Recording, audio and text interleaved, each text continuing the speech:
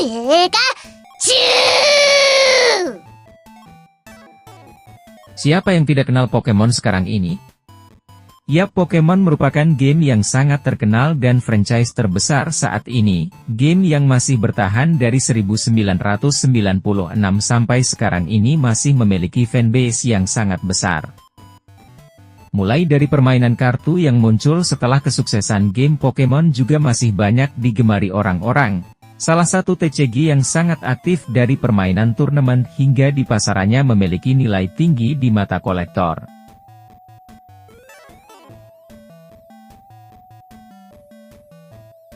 Untuk mengetahui kesuksesan Pokemon ini, mari kita balik di tahun 70-an, di mana game Pokemon ini lahir. Di suatu kota kecil di Jepang ada seorang anak yang sangat menyukai serangga dan hewan-hewan lainnya. Anak itu bernama Satoshi Tajiri.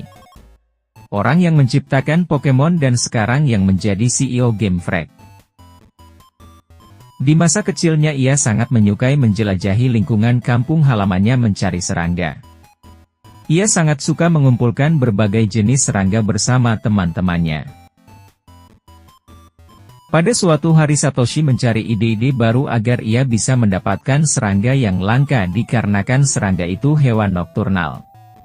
Dan akhirnya setelah mempelajari banyak hal, Satoshi berhasil menemukan cara menangkap serangga nokturnal itu tanpa menunggu malam. Biasanya serangga sering bersembunyi di bawah bebatuan untuk berlindung. Satoshi menaruh beberapa batu di bawah dekat pepohonan. Rencana Satoshi itu berhasil untuk menangkap serangga nokturnal itu, dan ia dapat mengumpulkan lebih banyak serangga, sehingga kawan-kawannya menjuluki Satoshi sebagai Dokter Bug. Setelah Satoshi beranjak ke sekolah menengah pertama 1978, kehidupannya mulai berubah sejalannya waktu. Lingkungannya yang telah dipenuhi dengan proyek-proyek bangunan, yang menyebabkan Satoshi sudah tidak mengoleksi serangga. Di masanya kala itu teknologi di Jepang sangatlah berkembang, seperti anime dan video game.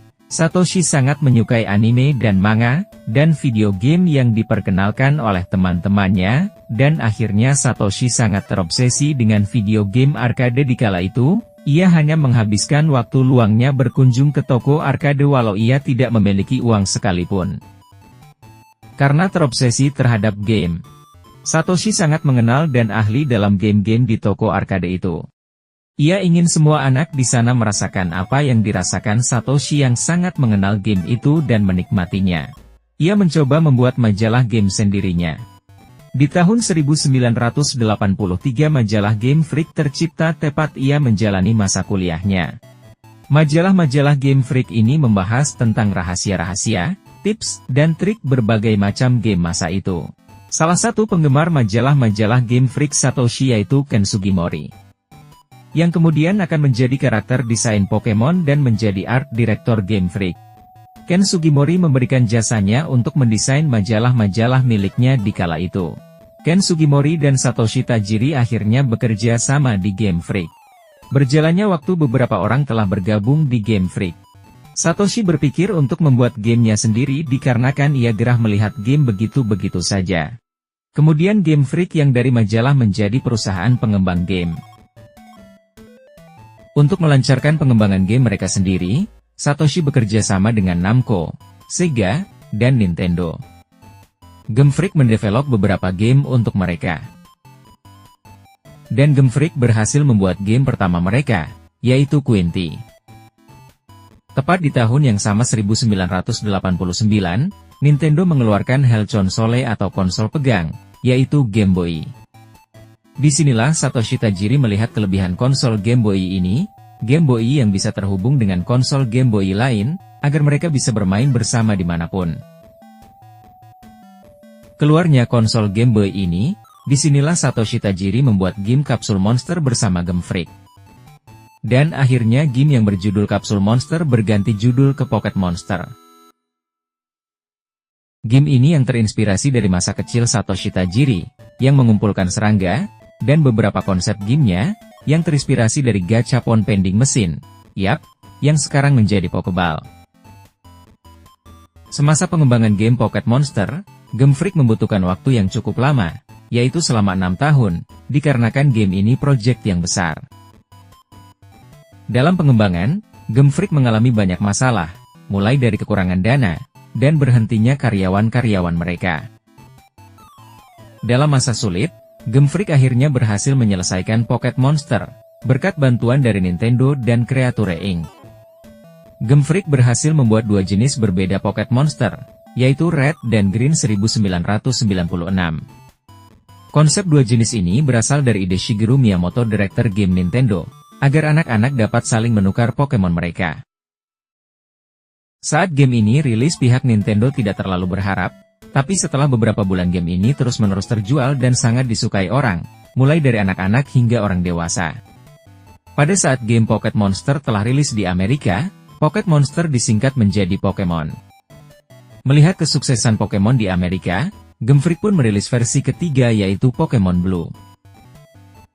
Kesuksesan game Pokemon ini membuat Satoshi berpikir, bagaimana agar game ini tetap dimainkan banyak orang?